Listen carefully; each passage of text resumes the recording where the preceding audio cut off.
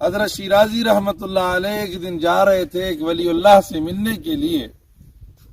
حضرت ابو الحسن خرقانی رحمت اللہ علیہ سے ملنے گئے. جب ان کے گھر پہنچے تو ان کی بیگم نے کچھ ایسی باتیں کہیں کہ جن کی وجہ سے وہ بڑے پریشان ہوئے. ان کی بیگم نے کہا کہ جنگل میں کہیں ہوں کرتے ہوں گے پہاڑوں میں بیٹھ کر، کیونکہ اللہ والے ہمیشہ پہاڑوں اور جنگلوں میں رہنا پسند کرتے ہیں، پہاڑوں کو آباد کرتے ہیں، جنگلوں کو آباد کرتے ہیں. اس لیے کہا نا کہ اللہ والے ذکر کرواتے ہیں. ذکر کا مقصد کیا ہے؟ اس لیے کہ جو اجڑی ہوئی بستیاں ہیں اسے آباد کرنا ہے تو اللہ کے ذکر سے. تو پھر یہ دل کو کس چیز سے آباد کرنا ہے؟ اس دل کو اگر تو نے آباد کرنا ہے تو اللہ کے ذکر سے آباد کرنا ہے. اس لیے یاد رکھیں کہ یہ ذکر بڑی اہم چیز ہے.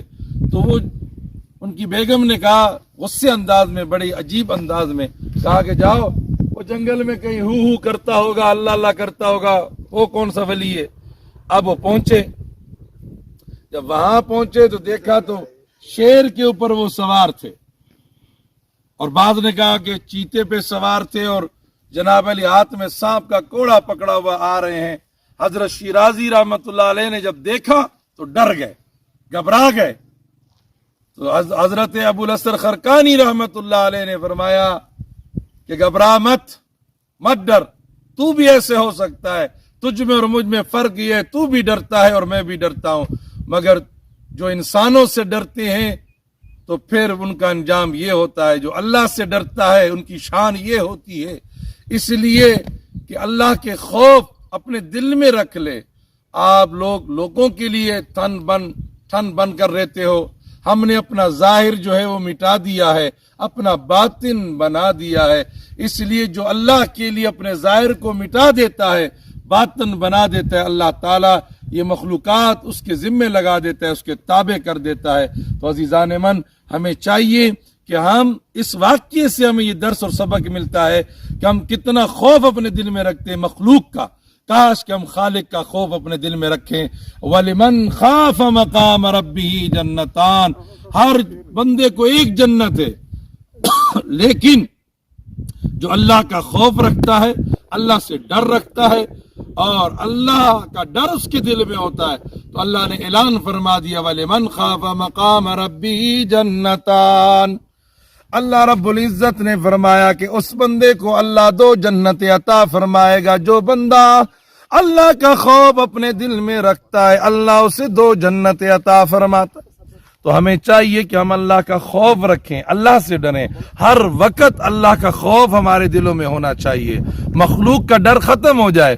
اس لیے کہ ہمیں اللہ تبارک و تعالیٰ کی محبت حاصل ہوگی. تو جب اللہ کا خوف، اللہ کی یاد، اللہ کی محبت، اللہ کا ذکر، تو اہل اللہ چونکہ جنگلوں میں نکل گئے اور پہاڑوں کو آباد کیا. کیوں؟ کہ ان کے دل میں اللہ کی محبت تھی اور اللہ کا خوف تھا. دنیا کی کوئی چیز جو ہے انہیں نقصان نہیں پہنچا سکی، اس لیے کہ جن کا حافظ، جن کا محافظ اور جن کا پہرے دار اللہ ہو تو پھر ان کے سامنے کون سی چیز آ سکتی ہے. عزیزان من، یاد رکھو کہ اللہ کا ذکر کریں، اللہ کی یاد کریں، اللہ کی محبت، نبی کریم علیہ السلام کی محبت، اللہ کا ذکر اور قرآن پاک کی تلاوت اور درود پاک، اس کو آپ اپنا لیں تو بس یہ سمجھ لیں کہ تمہارے دل بھی آباد ہوگے. ویران گھر میں، ویران کھنڈرات میں، ویران جگہوں میں کیا ہوتا ہے؟ کہیں جن آ گئے، کہیں بھوت آ گئے، کہیں فلاں آ گئے، فلاں آ گئے، فلاں آ گئے. اسی طرح جس دل کے اندر ذکر نہ ہو، یاد مصطفیٰ نہ ہو، یاد خدا نہ ہو، وہ دل ویران ہے، وہ دل برباد ہے، وہ دل آباد نہیں ہے. اس لیے کہا کہ نہ دنیا سے، نہ دولت سے، نہ گھر آباد کرنے سے تسلی دل کو ملتی ہے خدا کو یاد کرنے سے. تو اگر تم نے اپنے دلوں کی خوراک جو ہے وہ اللہ کا ذکر ہے، دلوں کا سکون جو ہے وہ اللہ کا ذکر ہے، دلوں کے اطمینان جو ہے وہ اللہ کا ذکر ہے. پلنگ پہ سو رہے ہیں سکون نہیں ہے، بیڈ پہ سو رہے ہیں سکون نہیں، محل میں سو رہے ہیں سکون نہیں ہے. سکون، مال دولت، ہر چیز، بینک بیلنس بھی بہت ہے، لیکن سکون نہیں ہے. سکون نہیں ہے. سکون کس چیز میں؟ اللہ نے فرما دیا الا بذکر اللہ تطمئن القلوب، کہ اللہ کے ذکر میں اطمینان قلب ہے. اگر سکون چاہتے ہو تو اللہ کا ذکر کرو.